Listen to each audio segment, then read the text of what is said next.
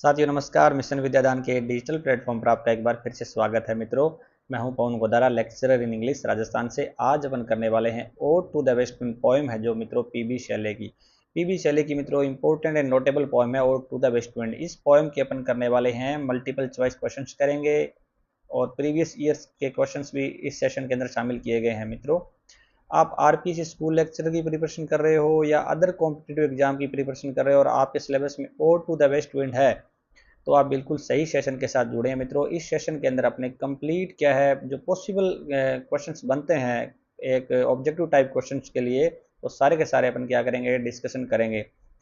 मित्रों, इसके साथ ही आप एक अपना टेस्ट भी जरूर देवें। मेरा मानना है कि आप अपना क्या करें, जैसे भी मैं आंसर बताऊं उससे पहले आपको भी मन में सोचना है कि इस क्वेश्चन का पॉसिबल आंसर क्या होगा, और लास्ट में मुझे बताएं कि आपके कितने क्वेश्चंस राइट हो रहे हैं, ताकि आपको पता चलेगा कि मेरी पोएम है वो कितनी तैयार है। इसके साथ ही मित्रों, कई स्टूडेंट्स को ये पोएम बड़ी ही टफ लगती है, तो उनके लिए कहना चाहूँगा कि इसी वीडियो के डिस्क्रिप्शन में जाए, वहाँ पे आप अपने ही चैनल के ऊपर एक क्लास डाली हुई है वो टू द वेस्ट विंड की, उस क्लास को आप देखें। आपके सारा का सारा क्या है माइंड के अंदर जो ऐसा लग रहा है ना कि ये पोएम बड़ी डिफिकल्ट है, टफ है, बिल्कुल आपको इजी वे के अंदर बताया गया है। वो एक बार पोएम आप देख लेते हो, उस क्लास को देख लेते हो, तो ये पोएम आप इस पोएम का कोई क्वेश्चन आपके गलत होगा नहीं बाद में, अगर ये आप प्रैक्टिस कर लेते हो।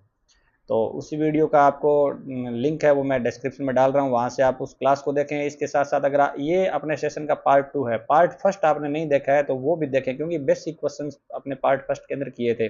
अब थोड़े से क्या एडवांस लेवल पे क्वेश्चन आएंगे। तो आज अपन शुरू कर रहे हैं पार्ट सेकंड।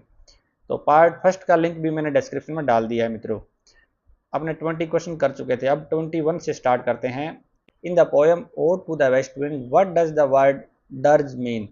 पोएम के अंदर ode to the west wind के अंदर जो एक वर्ड आया हुआ डर्ज, डर्ज का क्या अर्थ है मित्रों? आरपीसी स्कूल लेक्चरर 2011 में क्वेश्चन आया हुआ ये। A song sung for the dead person, urge to do something, decaying year, a joyous moment. तो डर्ज का मीनिंग क्या है मित्रों? जैसे कि पोएम के अंदर भी ये मीनिंग है, और वैसे भी डर्ज का मीनिंग होता है एक फनरल सॉन्ग, ठीक है, जिसको किसी के डेथ के बाद में गाया जाता है डेड पर्सन के लिए। तो ये सारे ऑप्शन इनकरेक्ट है, ए नंबर ऑप्शन अपना करेक्ट हो जाएगा, ए song sung for a dead person. 22 पे आते हैं। हुम did the west wind awaken. West wind किसको जगा देती है? आरपीसी स्कूल लेक्चरर के अंदर 2011 में क्वेश्चन आया हुआ है। The fierce Maenad, the blue Mediterranean, the Atlantic ocean, the hectic red leaves. तो इसमें किसको जगा देती है? रेड लीव्स को भी नहीं जगाती है, अटलांटिक ओशन को भी नहीं जगाती है, फियर्स मीनाथ को भी नहीं जगाती है। अपना ऑप्शन क्या करेक्ट हो जाएगा? द ब्लू मेडिटेरेनियन, जो नीला भूमध्य सागर है उसको जगा देती है वेस्ट विंड। 23 नंबर पे, loose clouds in the ode to the west wind are compare to. Loose clouds है मित्रों, उसको उसका कंपैरिजन इस पोएम में किसके साथ किया गया है? सीड्स के साथ, डर्ज के साथ, डिकेइंग लीव्स के साथ, स्काई के साथ। तो बीज के साथ भी नहीं किया गया है, डर्ज के साथ, शोकगीत के साथ क्लाउड का कोई लेना देना नहीं है, स्काई के साथ भी क्लाउड का कोई कंपैरिजन नहीं किया गया है। कंपैरिजन किया गया जिस प्रकार क्या है ऑटम के अंदर लीव्स गिरती है, उसी तरीके से जब वेस्ट विंड आती है तब क्या है बादल भी गिरते हुए प्रतीत होते हैं। तो डिकेइंग लीव्स आ जाएगा मित्रों। 24 पे आते हैं। In ode to the west wind birds are compare to. जो बर्ड्स होता है मित्रों कलियां, कलियों का कंपैरिजन किससे किया गया है?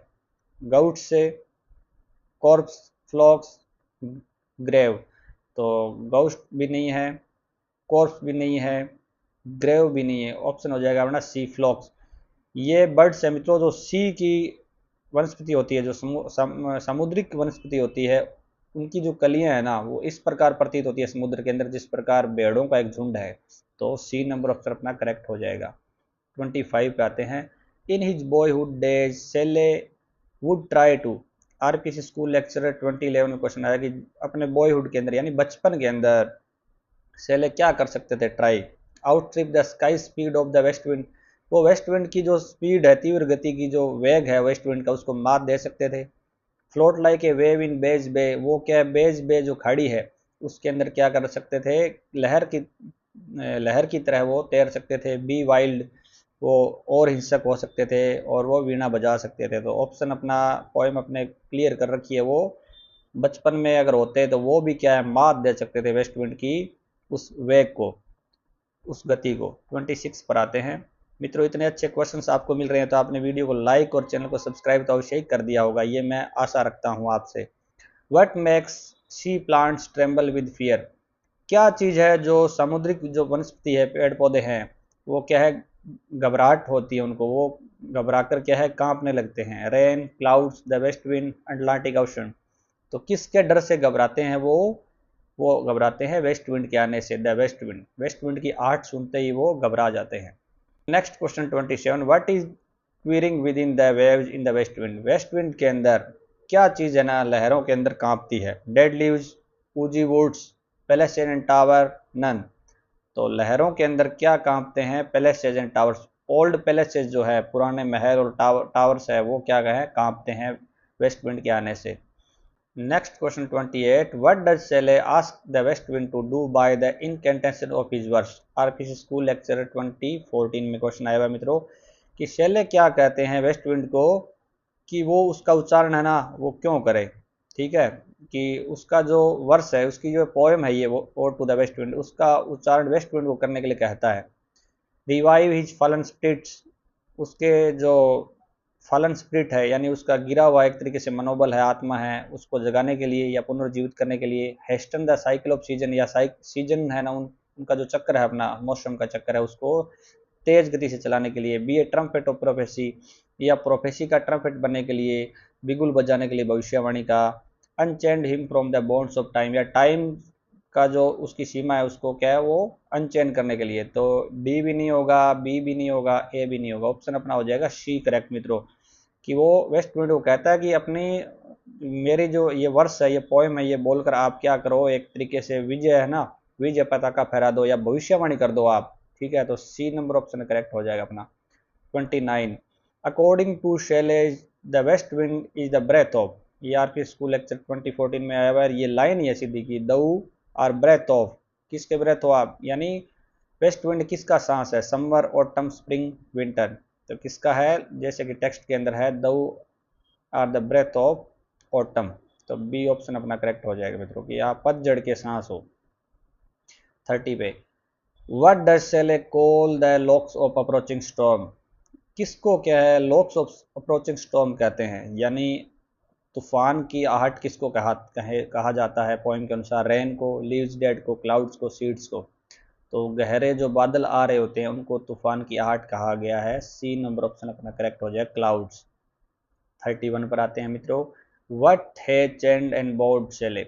शेले को किसने बांध कर रखा है जंजीरों में, और किसने शेले को झुका दिया है? क्लाउड्स ने, द वेस्ट विंड ने, वेव्स ने, टाइम ने। तो क्या हो जाएगा मित्रों, टाइम ऑप्शन करेक्ट हो जाएगा। टाइम ने शेले को क्या कर दिया है, झुका दिया है, बांध दिया है जंजीरों से। 32 पर आते हैं, Shelley prays to the west wind to lift him. RP school lecture 2011 में क्वेश्चन आया हुआ कि शेले प्रार्थना करते वेस्ट विंड से कि उसको उठा लो।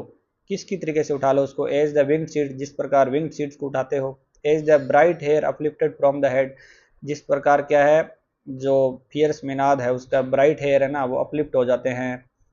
As the sea blooms and the oozy, wood प्रकार शी खिलते हैं और ओजीवुड्स खिलते हैं नहीं। As a wave a leaf a cloud, तो किस प्रकार उठाने को कह रहा है? जिस प्रकार एक लहर को उठाते हो, एक पत्तियों को उठाते हो और बादलों को उठाते हो। तो डी नंबर ऑप्शन अपना करेक्ट हो जाएगा। 33 पर आते हैं, the words tameless and swift and proud are used for. कि tameless and swift and proud are used for, कि जो निर्भीक है, स्विफ्ट तेज है, प्राउड गर्वित करने वाला है, वो किस के लिए यूज किया गया है शब्द?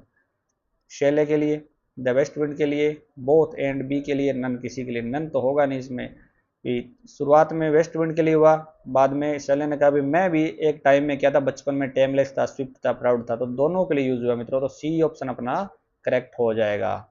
34 पर आते हैं, शेली कंपेयर्स हिमसेल्फ टू। जो शैली है वो किससे अपनी कंपैरिजन करते हैं, अपनी तुलना किससे करते हैं? वो a person lying on A bed of thorns and therefore bleeding. एक ऐसा व्यक्ति जो बेड पर पड़ा हुआ है और थॉर्न्स, एक कांटों के बेड पर पड़ा हुआ है वो, और उसके क्या है, ब्लीडिंग हो रही है। A forest in autumn when the trees shed their lives. और एक ऐसा जंगल ऑटम के अंदर, पतझड़ के अंदर, जिसमें पत्तियां गिरा देते हैं पेड़। और both are correct, none is correct. तो नन तो होगा नहीं, ऑप्शन अपना हो जाएगा कि सबसे पहले कंपैरिजन करते हैं वो कि वो एक ज़िंदगी की डिफ़िकल्टीज़ है ना उसकी कांटों पे पड़ा हुआ है, तो ये भी सही है। और लास्ट में वो कहते हैं कि बिल्कुल मैं एक फॉरेस्ट की तरह ही हूँ, जिस प्रकार पतझड़ के अंदर पत्ते गिर जाते हैं वैसे मेरे भी कष्ट बहुत सारे आ रखे हैं, तो सी नंबर ऑप्शन अपना करेक्ट हो जाएगा। 35 पर आते हैं। What does Shelley wants to share with the west wind. Shelley west wind को क्या शेयर करने के लिए बोलता है? शेपलेस फॉलिएज को, जो रसहीन पत्ते हैं यानी बिना जीवन विहीन जो सूखे पत्ते हैं उनकी तरह वो शेयर करना चाहते हैं, क्लाउड्स को या लीव्स को, the impulse of its strength, या वेस्ट विंड की जो तीव्र वेग वाली शक्ति है उसको। तो डी ऑप्शन करेक्ट हो जाएगा। वो भी चाहते हैं कि वेस्ट विंड क्या करें, उससे शेयर करें अपनी शक्ति को, पावर को। 36 पर आते हैं। Shelley wants to scatter his words among. Shelley जो अपने शब्द है यानी अपना जो पोएम है, ये अपने जो मैसेज है ना वो फैलाना चाहते हैं, किसके, अपने जो वर्ड्स है वो फैलाना चाहते हैं, किसके बीच में फैलाना चाहते हैं? लीव्स के बीच में, क्लाउड्स के बीच में, मैनकाइंड के बीच में, सीड्स के बीच में। तो वो मनुष्यों के बीच में फैलाना चाहते हैं, अपना संदेश देना चाहते हैं। सी नंबर ऑप्शन अपना करेक्ट हो जाएगा। 37 पर आते हैं। How does Shelley in his ode to the west wind compare himself to the wind. RP school lecture 2016 में क्वेश्चन आया हुआ मित्रों कि शेली है ना ode to the west wind poem के अंदर खुद को कंपेयर करते हैं विंड के साथ, ठीक है।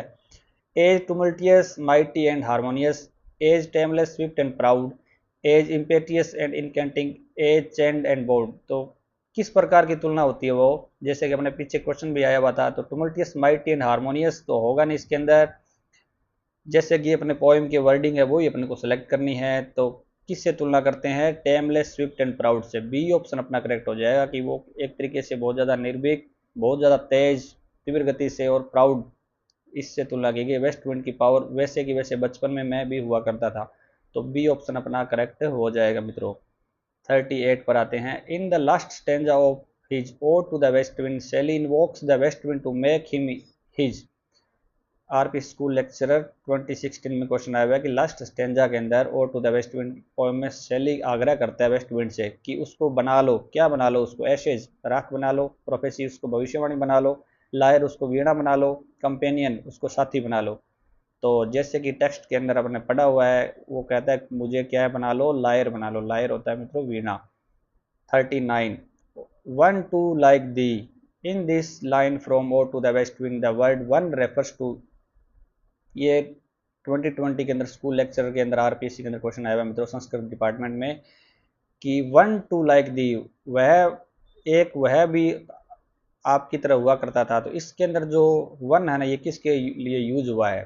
ठीक है, वेस्ट विंड के लिए, पोइट के लिए, फॉरेस्ट के लिए, लायर के लिए। तो लायर वीणा के लिए नहीं हुआ, फॉरेस्ट के लिए नहीं हुआ, वेस्ट विंड के लिए नहीं हुआ, इसके लिए हुआ ये पोइट खुद के लिए कि मैं खुद भी एक तुम्हारी तरीके से था पहले बचपन के अंदर। तो बी ऑप्शन करेक्ट हो जाएगा। 40 क्वेश्चन पे आते हैं। If winter comes can spring be far behind, broadly speaking this line means. ये स्कूल लेक्चरर 2011 में क्वेश्चन आया हुआ, बहुत ही अच्छा क्वेश्चन आया हुआ मित्रों ये, कि अगर विंटर आती है तो क्या स्प्रिंग पीछे रहती है? तो इसमें क्या आंसर आएगा? Man may come and man may go. Man आते रहते हैं और जाते हैं। Winter will be followed by spring, winter हमेशा स्प्रिंग के बाद आती है। There is a silver lining behind every cloud you see. मित्रों ये silver lining behind every cloud है, ये एक ईडियम है, ठीक है, एक कहावत है। इसका अर्थ क्या होता है कि एक सिल्वर लाइनिंग होती है एवरी क्लाउड। क्लाउड का अर्थ होता है यहाँ पे कष्ट या कठिनाई। प्रत्येक जो कठिनाई होती है उसमें उम्मीद की किरण जरूर होती है, यानी कभी भी अनप्लीजेंट कोई भी चीज़ हो रही है उसमें पॉजिटिविटी जरूर होती है, ठीक है। और there are 4 season in England only, England के अंदर 4 सीजन होते हैं। तो डी तो बिल्कुल इनकरेक्ट है। तो इसका लास्ट जो लाइन है अपनी, ये भी अपन को याद करनी है। इफ विंटर कम्स, सबसे फेमस लाइन है इस पोएम की, ode to the west wind की, if winter comes can spring be far behind. तो इसका मीनिंग होता है there is a silver lining behind every cloud you see. अब सीधा इसने ऐसे नहीं दिया अभी every difficulties possess a positive aspect, मतलब इस टाइप का उन्होंने नहीं दिया, सीधा ये ईडियम दे दिया। तो इस ये अपने को क्वेश्चन आरपीएससी वाले इस प्रकार हमें सिखाते हैं कि हमें क्या करना चाहिए, बार बार प्रैक्टिस ज़्यादा से ज़्यादा पोएम की, क्योंकि इतने डीप क्वेश्चन आ जाते हैं। अगर सिल्वर लाइनिंग वाला किसी को पता नहीं था तो उसने क्वेश्चन गलत ही किए ये। तो इसका मतलब है अपन को बार बार प्रैक्टिस तो करनी पड़ेगी। तो यहाँ पे सी ऑप्शन इसका करेक्ट हो जाएगा कि प्रत्येक जो कष्ट है ना उसमें कहीं ना कहीं पॉजिटिविटी या उम्मीद की किरण जरूर होती है मित्रों। और यही इस पोएम का क्या है संदेश भी है। इस पोएम का जो पोएट अपन को यही मैसेज करते हैं और यही मैसेज मैनकाइंड में वो फैलाना चाहते हैं। तो मित्रों आज के ये क्वेश्चन थे अपने 2020 क्वेश्चन में आपके कितने राइट हुए वो कमेंट सेक्शन में आप जरूर बताओगे। और इसके साथ साथ इतने अच्छे आपको क्वेश्चंस मिल रहे हैं तो आप वीडियो को लाइक और चैनल को सब्सक्राइब करना आपको भूलना नहीं है। इसके साथ ही साथियों अगर आपके पास और टू द वेस्ट इंडीज इस पोएम के नोट्स नहीं है आपके पास, यानी आपके पास टेक्स्ट या थियोरी नहीं है, इंपॉर्टेंट नोट्स नहीं है, तो वो हमारे टेलीग्राम चैनल पर अवेलेबल है। मिशन विद्यादान टेलीग्राम है। इसी जो अपने चैनल का नाम है यूट्यूब वही नेम हमारे टेलीग्राम का है, सर्च करके भी जा सकते हो आप, या आप डिस्क्रिप्शन में जाए वहाँ पे टेलीग्राम चैनल का लिंक दिया गया है, वहाँ से टेलीग्राम पर विजिट करें और इम्पोर्टेंट नोट्स है वहाँ से आप डाउनलोड करें। और चैनल को सब्सक्राइब करना भी नहीं भूलें, टेलीग्राम चैनल को भी जरूर ज्वाइन करें। और अभी मित्रों अपने पार्ट 2 किए, आगे भी पार्ट अपलोड किए जाएंगे, तो अगला पार्ट अगर आपको देखना है तो इस चैनल के साथ अपने जरूर जुड़ें। पार्ट 3 का लिंक है मैं वीडियो के डिस्क्रिप्शन में दे दूंगा, वहां से आप पार्ट 3 भी अवश्य देखें। मित्रों एक बार पुनः आपसे आग्रह रहेगा कि आप वीडियो को लाइक और चैनल को सब्सक्राइब करें, और जो स्टूडेंट एस्पिरेंट मित्रों लाइक और सब्सक्राइब करेगा उसका उसके लिए उसकी सक्सेस के लिए मैं बिल्कुल प्रे करूंगा और मेरा आशीर्वाद उनके साथ रहेगा। तो लाइक और चैनल को सब्सक्राइब करने वालों को स्पेशल मेरी ओर से ब्लेसिंग। मित्रों शेयर भी करना नहीं भूलना है आपको, अपने मित्रों दोस्तों को जरूर आप शेयर करें। जो भी आपके सिलेबस में ये पोएम लगती है वहाँ पे टेलीग्राम व्हाट्सएप ग्रुप में आप वीडियो को शेयर करें और एक प्यारा सा पॉजिटिविटी से भरा हुआ कमेंट डालें, चाहे आप थैंक यू का कमेंट डालें, छोटा सा कमेंट जरूर करें ताकि मेरी एनर्जी बढ़े और आगे भी आपके लिए मैं नए नए सेशन गाइडेंस वीडियोज़ लेके आता रहूँ।